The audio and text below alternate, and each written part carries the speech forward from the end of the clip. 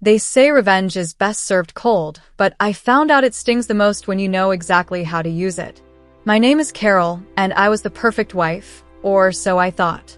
Until one sleepless night, I discovered that the man I loved, the father of my children, was betraying me. Because when Victor decided to betray me with 4 different women, he underestimated how far I would go to make him pay. And when he was tied to the bedposts, watching my revenge unfold on TV, there was only one thing left for me to say. Victor, don't blink. My name is Carol. I'm 30 years old, mother of a lively 4-year-old boy named Danny. On the surface, my life might seem idyllic, married to a charming man, building our family, and living comfortably. But lately, I felt the cracks in that perfect image. Victor, my husband, has been acting strange. It started with the small things, a change in his tone, the way he avoided looking at me when he spoke, the endless excuses to stay late at work. My gut told me something was wrong, but I didn't want to believe it. I wanted to be the trusting wife, the woman who didn't jump to conclusions. But last night, that all changed. Victor was out of town for convention. He left with his usual goodbye kiss, promising to call once he got to the hotel. But hours passed, and I heard nothing. I tried calling him, first casually, then persistently. His phone was off. By midnight, my worry had twisted into something darker, a gnawing suspicion that something wasn't right. By 2 a.m., I couldn't take it anymore. I called the hotel directly. My voice trembled as I asked them to connect me to his room. The receptionist put me on hold for what felt like an eternity before returning with an answer that sent a chill through me. I'm sorry, ma'am, but Mr. Victor hasn't returned to the hotel yet. I thanked them and hung up, my hands shaking. The clock ticked by as I sat on the edge of the bed, phone in hand, staring at the darkness outside. Where was he? Who was he with? My mind spiraled, painting scenarios I didn't want to believe, but couldn't ignore. It wasn't until 4 a.m. that exhaustion finally overtook me, and I fell into a restless sleep, my phone clutched tightly in my hand. At 7 a.m., the buzzing of a message jolted me awake. It was from Victor. Good morning, love. Sorry I worried you. My phone died last night. After the convention, we grabbed some beers, and I came straight to the hotel around 11. Slept like a rock. Hope you and Danny are doing okay. Love you. I stared at the screen, reading his words. My chest tightened as anger bubbled beneath the surface. He was lying. I knew it as surely as I knew my own name. He hadn't come back at 11. The hotel confirmed he wasn't there. And now, he was trying to smooth it over with a flimsy excuse. At noon, Victor arrived home, his usual confident demeanor replaced by something far less composed. I was waiting for him, my fury barely contained. The moment he stepped through the door, he started with the same excuse he'd sent in his message. I already told you, he began, his voice shaky. My phone died, and after the beers. I cut him off, my voice sharp and trembling. Don't lie to me, Victor. I called the hotel. The color drained from his face, his eyes widening as he realized he was caught. I stepped closer, my body vibrating with anger. Think very carefully about what you're going to say next, I hissed. Because I'll verify every word. For a moment, he just stood there, his mouth opening and closing like he couldn't find the words. Then, almost inaudibly, he whispered, and my heart stopped. What? I demanded, my voice rising, but I already knew what he meant. You slept with Anne? Your coworker? I screamed, my voice cracking with the force of my rage. Victor crumbled, his face contorting as tears began to stream down his cheeks.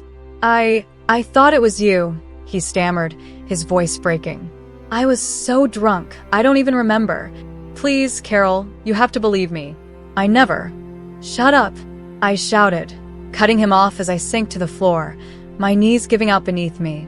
The room felt like it was spinning, my body too heavy to move. The betrayal hit me like a knife to the chest, twisting and tearing through me, amplified by the life I carried inside me. I buried my face in my hands, sobbing uncontrollably. How could you? I wailed, my voice muffled by my hands. How could you do this to me? To us? To our family? The pain was suffocating, an ache that consumed every inch of me. Victor knelt beside me, reaching out as if to comfort me, but I pushed him away with a force I didn't know I had. "Don't touch me," I screamed, my voice raw. "I don't want to see you. I don't want to hear your excuses." I didn't know how long I stayed there, curled up and sobbing, my body trembling with anger and heartbreak. The sound of small footsteps broke through the haze. I looked up to see Danny standing in the doorway, his little face streaked with tears. "Mommy, Daddy, please don't fight," he pleaded, his voice quivering. My tears were doubled as I scrambled to my feet, shaking with rage and despair. I turned to Victor, my voice low and venomous. "The only reason your clothes aren't thrown out on the lawn right now is him." I pointed to Danny, who stood there clutching his little stuffed bear, his lip trembling. Victor said nothing, his head hung in shame, but I didn't care. I wasn't done with him, not by a long shot. I knew this was just the tip of the iceberg. That night, I let him sleep on the couch. The tension in the air was thick, and in the days that followed, I barely exchanged a word with him. I couldn't bear to look at him, much less speak to him. But I had a plan. I needed to confirm all my suspicions, to find the truth. And I was willing to wait for the perfect moment. It came 2 days later. Victor received a frantic call in the middle of dinner and rushed out of the room, leaving his laptop open. My heart raced as I approached it, my hands trembling slightly. He hadn't logged out of his email. I hesitated for only a second before diving in, my anger outweighing my guilt. At first, everything seemed normal, work emails, newsletters. But then I saw it, the trash folder. He had tried to cover his tracks, but not well enough.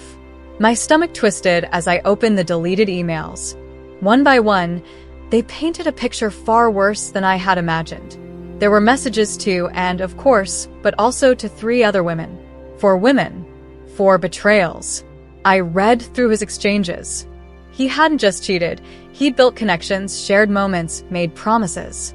In one email, he told a woman to wait until things calmed down, as if he had every intention of continuing his infidelity once I'd forgiven him. That was the moment my tears stopped. The sorrow that had consumed me transformed into something colder. The betrayal no longer felt like a knife in my chest. It felt like fuel. I had cried enough. Now I was done being the victim. I wasn't thinking about forgiveness anymore. I was thinking about revenge. I let a couple of days pass, giving myself time to regain control of my emotions. Then one evening I asked Victor if we could talk. Sitting across from him, I said what he wanted to hear. That we could work things out, that we should try to move forward for the sake of our son. His face lit up with relief, and he smiled. "Thank you, Carol. I promise it was a mistake. I'll never hurt you again." On the surface, I nodded, forcing a small smile. But inside, I felt the fire rising, my blood boiling at the sight of him. That was the moment I decided.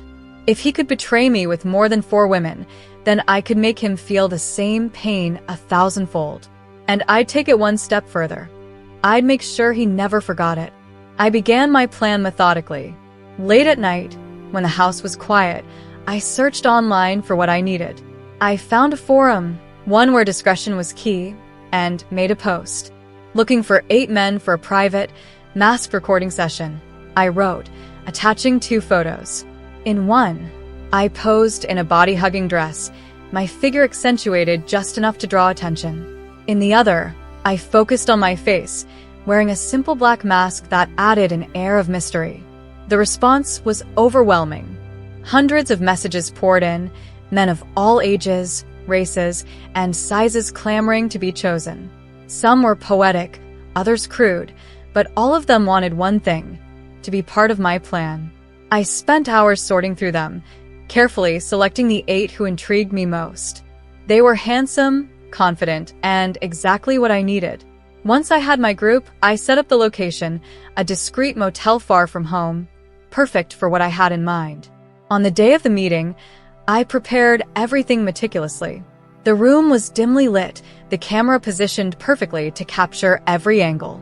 I wore a simple, elegant outfit that matched the mask, ensuring I remained anonymous, but enticing. My nerves buzzed as I finished setting up, but I felt no hesitation. As the first man entered, I turned on the camera and whispered, "Victor, don't blink." When the first knock came, I took a deep breath and opened the door. One by one, they arrived, each man more eager than the last. They followed my rules without question: no personal details, no talking unless instructed, and no removing the mask. As I stood before them, my heart raced, but not with fear. This was power, intoxicating and absolute. Victor had underestimated me, and now I was about to show him just how wrong he'd been. The camera's red light blinked steadily, recording every moment, and I made sure it would be something Victor would never forget. The encounter was an orchestrated display of control and vengeance. In the dimly lit motel room, each of the 8 men entered one by one, their faces hidden behind masks, their movements dictated by my instructions. The air was charged with a mix of anticipation and secrecy, the soft hum of the camera recording every moment. I maintained an air of mystery, my own mask concealing any trace of vulnerability as I moved with calculated precision. Each interaction was deliberate, each moment designed to etch itself into the recording, a visual symphony of power and retribution. It wasn't about them, it was about what this meant for Victor. Days after my grand adventure, I decided to take the next step in my plan. I prepared a romantic dinner, pulling out all the stops, his favorite dishes, candlelight, and soft music playing in the background. For the occasion, I wore something that left little to the imagination, a piece that hugged every curve and seemed to make Victor forget everything else. He couldn't take his eyes off me, practically drooling as we ate. After dinner, I led him to our bedroom. The lights were dim, and the atmosphere crackled with anticipation. "I have an idea," I said coyly, pulling a pair of handcuffs from behind my back. His eyes lit up, a mix of excitement and disbelief. I made a playful motion of trying them on myself, teasing him. He grinned like a fool, caught up in the moment, not knowing what was coming next. "First you," I said softly, leaning in close. He nodded eagerly, completely enraptured by the game. Carefully, I secured his wrists to the bedposts, ensuring he was fully restrained. He looked at me with a mix of amusement and desire. "I have a surprise for you," I whispered, brushing his cheek before stepping away. I picked up the remote, turned on the TV, and pressed play. The screen lit up, and there it was, the video of my grand adventure, every moment recorded in vivid detail. His face twisted from confusion to shock to horror, as the reality of what he was seeing sank in. I turned and walked out of the room, leaving him alone with the evidence of my revenge unfolding before him. As the images unfolded, I heard Victor's voice, shaky and panicked. "What is this?" he exclaimed. Before I closed the door, the audio from the recording echoed through the room, my voice chilling and deliberate. "Victor, don't blink." His muffled screams followed me as I stepped into the hallway, leaving him alone to face the undeniable truth of my revenge. But I wasn't finished. As for the women he betrayed me with, I made sure their husbands knew the truth. I sent anonymous messages with every detail and left no doubt in their minds. For good measure, I uploaded their photos to the internet with enough context to expose them completely. Victor wanted to play with fire. He just didn't realize I could burn him better than he ever imagined. "Don't judge me. Until you've felt the kind of pain I've endured, you can't possibly understand what it does to you. The betrayal, the humiliation, the ache that consumes your every breath, it changes you. It takes a part of you and twists it into something unrecognizable. I'm not just a wife or a mother. I'm a woman with my own fantasies, my own desires, secrets I've tucked away for years while putting others first. When Victor shattered our marriage, he freed something in me. I chose to embrace it, to reclaim the power he tried to strip away, and yes, to make him feel even a fraction of the agony he caused me. So I don't regret what I've done.